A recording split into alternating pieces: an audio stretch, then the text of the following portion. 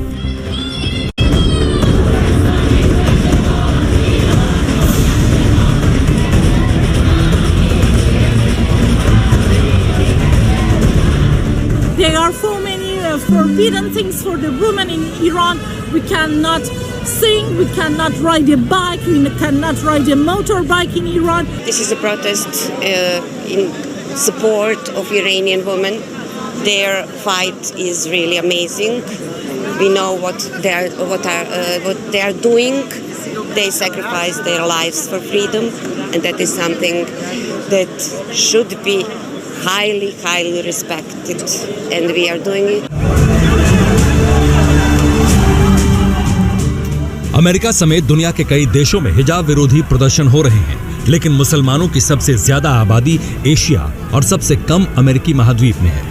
Asia में Indonesia के बाद सबसे ज्यादा मुस्लिम भारत में रहते हैं। अगर पर्दा प्रथा की बात करें तो अमेरिका के प्यू रिसर्च सेंटर के 2021 के सर्वे के मुताबिक 100 में से 64 भारतीय मुस्लिम महिलाएं बुर्का पहनती हैं, यानी पूरे शरीर को कपड़े से ढकती हैं, जबकि 100 में से 12 नकाब पहनती हैं, यानी अपना चेहरा और गर्दन कपड़े से ढकती हैं। वहीं 8 भारतीय मुस्लिम महिलाएं हिजाब पहनती हैं, यानी कपड़े से सिर्फ अपना चेहरा ढकती हैं। रिसर्च के मुताबिक 11% मुस्लिम महिलाएं पर्दा नहीं करती।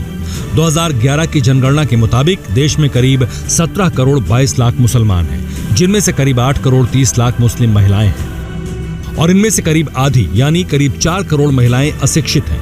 यही वजह है कि देश की वर्कफोर्स में इनका हिस्सा नहीं के बराबर है। लेकिन एशिया की पहली महिला डीजल इंजन ड्राइवर मुमताज गाजी, सुप्रीम कोर्ट में देश की पहली मुस्लिम महिला जज फातिमा बीबी, असम की मुस्लिम महिला चीफ मिनिस्टर सईदा अनवरा तैमूर और केरल में कालीकट यूनिवर्सिटी की वाइस चांसलर प्रोफेसर अनवर, जहां तक कई ऐसे नाम हैं जो इस बात का सबूत है कि अवसर मिलने पर मुस्लिम महिलाएं कामयाबी की नई इबारत लिख सकती हैं। लेकिन दुनिया के सबसे ज्यादा मुस्लिम आबादी वाले इंडोनेशिया की कहानी अलग है। ह्यूमन राइट वॉच की 2021 की रिपोर्ट के मुताबिक इंडोनेशिया के 24 मुस्लिम बाहुल्य वाले राज्यों में करीब 1.5 लाख स्कूलों में लड़कियों के लिए हिजाब पहनना अनिवार्य है। सदियों से सामाजिक भेदभाव और कट्टरपंथ का शिकार रही ये मुस्लिम महिलाएं अब जाग रही हैं, परिवर्तन आ रहा है उनके अंदर, उनकी सोच बदल रही है, वो रूढ़िवादियों की बेड़ियों से बाहर आना चाहती है। ये एक बड़ा बदलाव है। ये परिवर्तन एक नए सुबह का संकेत दे रहा है और इसीलिए मेरे हिसाब से बहुत जरूरी है इसको जानना, समझना और लगातार इस पर चर्चा करना।